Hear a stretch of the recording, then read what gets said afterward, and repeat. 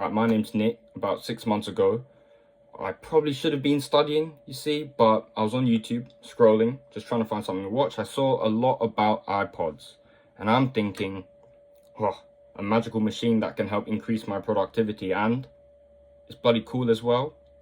Had me sold from there. Normally don't, buy things if you just see a couple of YouTube videos on it, but I had a good feeling about it. So here it is right here. I've been using it for about 6 months, pretty much non-stop, and I wanted to give an honest review. Now, it would mean a lot to me if you could just scroll down a little bit, hit that like button. Right, I'm not even asking for a subscription, but if you do see that red button there, it's looking nice and tasty, do hit it if you like this video. Now, a bit of context about me, right? I've got ADHD, and I was diagnosed with it, about 2 years ago. I've always found it very hard to focus on a simple task, and I have another video talking about that as well, so you should go check that out. But I was really drawn to the idea of a single-use device where I can just have it for music alone, because I listen to a lot of music. And obviously iPod came in, and a few things changed in the way I was living around the iPod. Just to be honest with you, I normally cycle into school, right, and carry out the school day as per normal, studying or trying to study hard throughout it.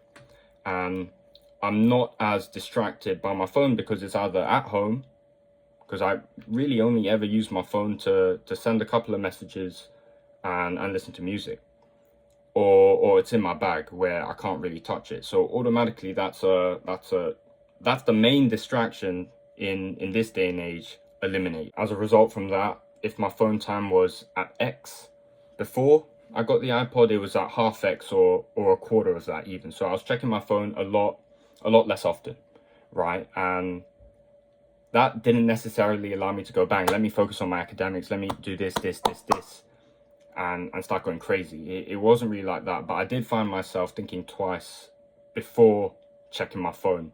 Because I wasn't doing it as frequently, because in school, which is where I spent most of my time while using the iPod, I would just check the iPod. What's there to check, mate?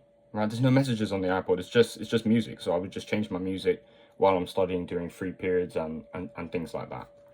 Now, the next point I wanted to make is money, right? Is it financially feasible, you could say?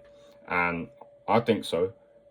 It depends on, what type of model. I'm no expert compared to them, high budget other YouTubers that I'd watched to buy it. But I bought it for about £45 on eBay, and yeah, it's holding up pretty fine. I plan to use it for a lot longer. And the other alternative for me to watch music. That's stupid.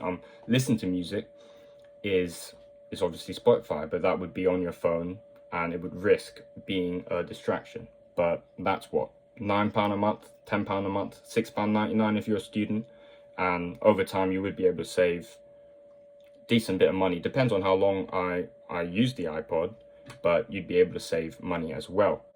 In quick conclusion, should you as an individual, yes, you watching this video, get the iPod? Obviously it depends, right? Everyone's going to be different. I don't know your context, but in my context, schoolboy, it helped my focus, allowed me to save money, and I think it's bloody cool.